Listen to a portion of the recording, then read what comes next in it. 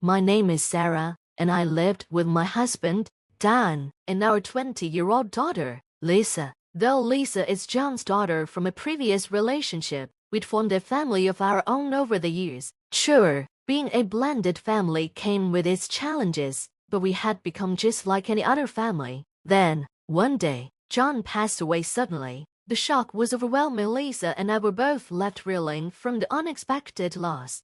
Despite our dazed state, we somehow managed to contact the funeral home and make all the necessary arrangements. The service was attended by many, but a shocking incident occurred during the eulogy. As I stood before the crowd, trying to hold back tears, I thanked everyone who had come to honor John. Though there were prepared remarks from the funeral home, I felt it was important to speak from the heart. The room was filled with emotion as people recalled their memories of John. As I watched this, a warm sense of love and loss filled my heart.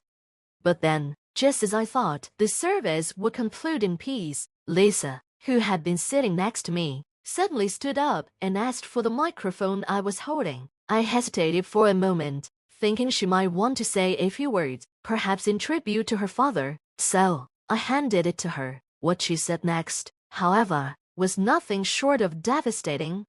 "My father, Dan, has passed away because of this," she said coldly, looking down on me. "I wish to sever all ties with this person, who's been pretending to mourn." I was stunned. I didn't know how to respond. Lisa continued, her voice dripping with disdain.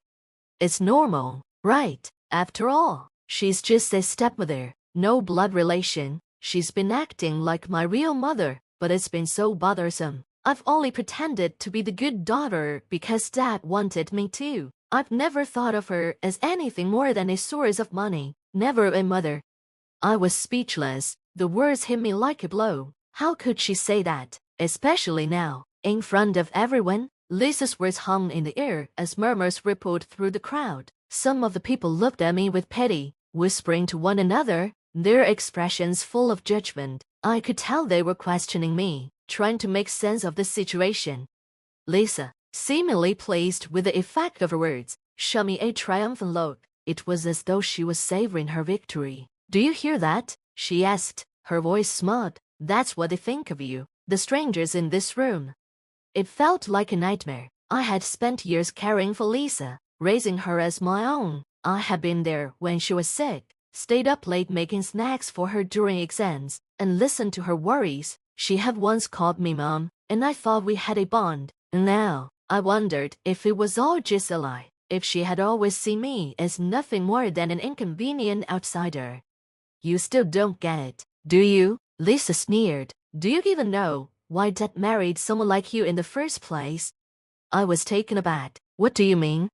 She scoffed, her voice dripping with sarcasm. "You really think he married you for love? He was wealthy, sure, but too busy to look after me or do the housework, so he paid you for that. There was never any love."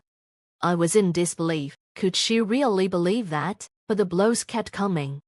"Just get over yourself and give up the inheritance. It's only fair. Dad hated you. It's outrageous that you'd even think you deserve his estate. His real daughter should get it all." Lisa's words were cruel and unfounded, but she said them with such conviction. It was as if she genuinely believed them. As she laughed confidently, I felt my heart break all over again. I had raised her like my own. How could she turn on me like this?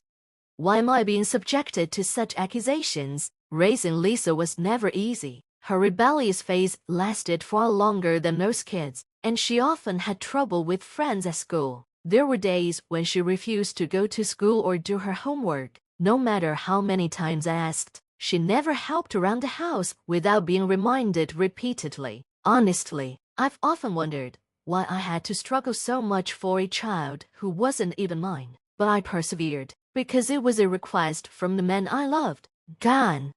I listened to Lisa's worries, offered support, and did my best to guide her. Thanks to those efforts, Lisa graduated from high school and has been working hard for the past 2 years. When she got her first paycheck, she even bought me a beautiful piece of jewelry. Yet, to think that, deep down, she saw me as nothing more than an annoying stepmother, it was a devastating realization.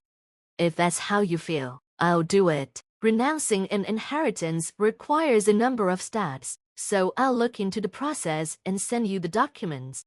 You would do that for me, Lisa said, her voice laced with disdain. Hey, don't just use my name casually like we're close. That's what I hate about you, no tact at all.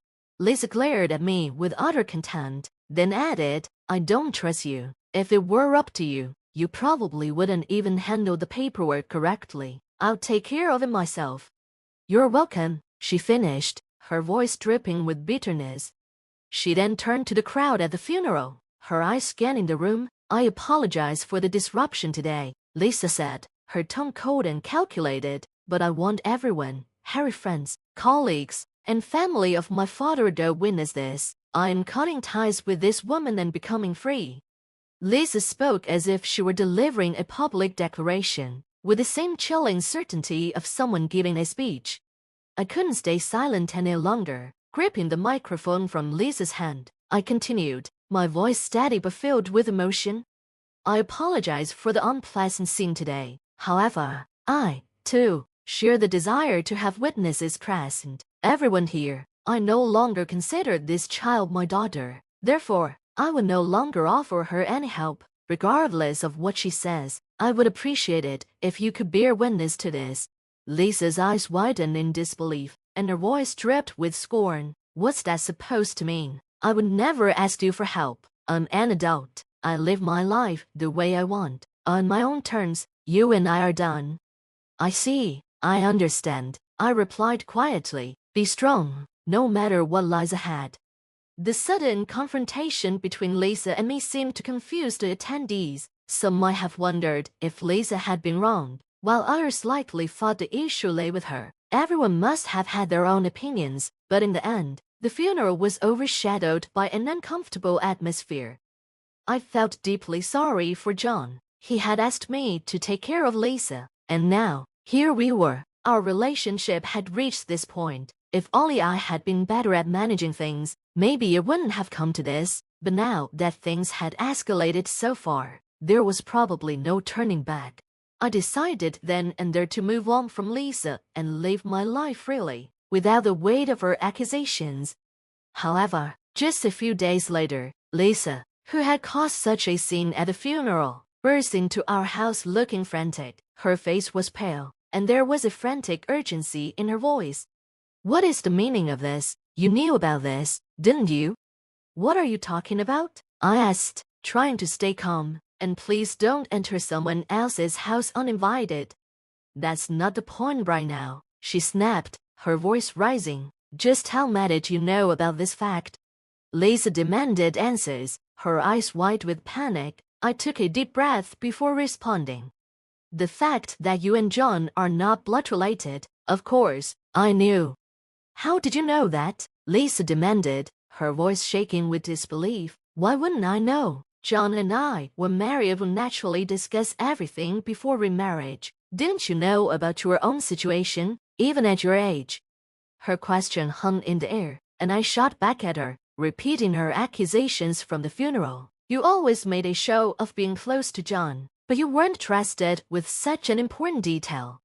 It wasn't the most mature response, but I couldn't help myself. It felt like the right thing to say in that moment. As expected, Lisa's face went white as my words landed. After a long silence, she spoke in a soft voice, almost pleading. Please tell me.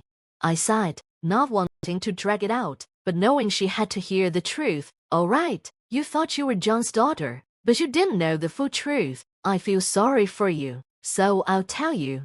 I paused, gathering my thoughts. Actually, Lisa, you were never John's biological daughter. Your mother had been married before she met John. You were born to her and her previous husband. When they divorced, John took you in, and after your mother passed away, he raised you as his own. Lisa's face shifted as the words sank in. I could see the pieces fall into place for her, and I knew it had to be a shock. I had a feeling she'd found out the truth while dealing with the inheritance and family registry. I continued. John once said to me, before we remarried, that our relationship with you was a little complicated, but he wanted me to treat you like my own daughter, and for you to think of me as your mother. That's why I've always taken care of you. Her reaction was immediate. That's a lie. It has to be a lie. Why do you think it's a lie? I asked calmly, sensing her resistance. Lisa's eyes were filled with frustration as she responded, because Dad never officially adopted me. He never intended to leave me any inheritance. He didn't want me to be a part of his legacy. That's why I thought maybe Dad didn't really care about me. Lisa muttered, her voice barely a whisper.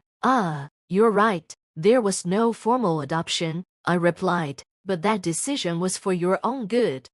For my good? Lisa's brow furrowed in confusion. Yes, your father made that decision so you wouldn't feel indebted to him, or feel responsible for taking care of him in his old age. That's why John deliberately didn't go through with the adoption. Lisa was quiet for a moment, processing this. I continued. As for the inheritance, John planned to give it to you gradually, as a living inheritance. Very sudden passing made that impossible. No way. The weight of the truth seemed to crush Lisa, and she collapsed to her knees, only to quickly rise, blurring out something unexpected. What about the inheritance then? Dad was quite wealthy, wasn't he? So what happens to it now? I met her eyes, my voice calm but firm. It's obvious, isn't it? What happens is, I inherit everything. I'm John's only relative. His parents are gone. It all comes to me. Lisa's scream shattered the air, echoing down the street. Then you should give me the living inheritance. In Dad's place, he said he would do that while he was alive, didn't he? So you should. I paused, weighing her request. I would have, if things were different, but... Lisa's hopeful expression quickly morphed into one of panic. I knew she was starting to realize the gravity of the situation. That's when I reminded her. You've forgotten what you said at the funeral, haven't you? You wanted to cut ties. Remember, no assistance from me, no matter what. Lisa seemed to freeze. Yes, but that was... And you even lied, saying John hated me. I added, that's not true at all. We loved each other, remarried. We were husband and wife. John used to say, if anything happens to me, help Lisa if she finds out the truth. But he added something else. He said, if she's rude to you, that would change things. No money for someone who disrespects you. Lisa's face drained of color, her eyes wide with realization. She seemed to remember her reckless words from the funeral, but still, she couldn't fully accept the consequences. Her voice cracked as she tried to backpedal. Mom, I'm sorry. I was really upset back then. I didn't mean it. Let's just forget about it. Okay, let's go back to how things were before. I couldn't hide my frustration. You're 20 years old. Do you really think that kind of excuse will work? Lisa's voice faltered. I was really upset. Even if you were upset, there are things you should never say. I replied firmly, making it clear that my decision hadn't changed. I had no intention of helping you anymore. No living inheritance, nothing. No matter how financially troubled you get, I won't help you, and you're not welcome here. This house is no longer your home. If you trespass, I'll call the police. Lisa's face went pale, and I could see the reality of the situation hit her. Her voice trembled as she asked, what am I supposed to do now? I thought I was getting Dad's inheritance. I bought so many things, designer bags, jewelry. I can return them now. They're worthless at pawn shops. The credit card payments are due soon. How am I supposed to pay them off? Her words dripped with selfishness, and I was growing more tired of her self-centered reasoning. That's not my problem. Why should I care about a stranger's dad? I responded, my patience running thin. There's nothing more to talk about. Please leave. If you don't, I'll call the police. I reached for my phone, and Lisa must have realized I was serious. She stormed out, shouting, just transfer the money, please. I'll be waiting. And that was the last time I heard from her. Afterward, I heard rumors that Lisa had gone to John's relatives, demanding they take responsibility for her, but no one was willing to help. They were all too angry about how she behaved at the funeral. It was rumored she turned to high-interest lenders for help, but honestly, it didn't matter to me anymore. By then, I had inherited everything from John. As I told Lisa, I had no interest in quitting my job or living extravagantly. I planned to use the inheritance to make some improvements to the house John and I had shared. If there was anything left over, I might donate it. I didn't desire a life of luxury. Having the means to preserve my memories with John was more than enough for me.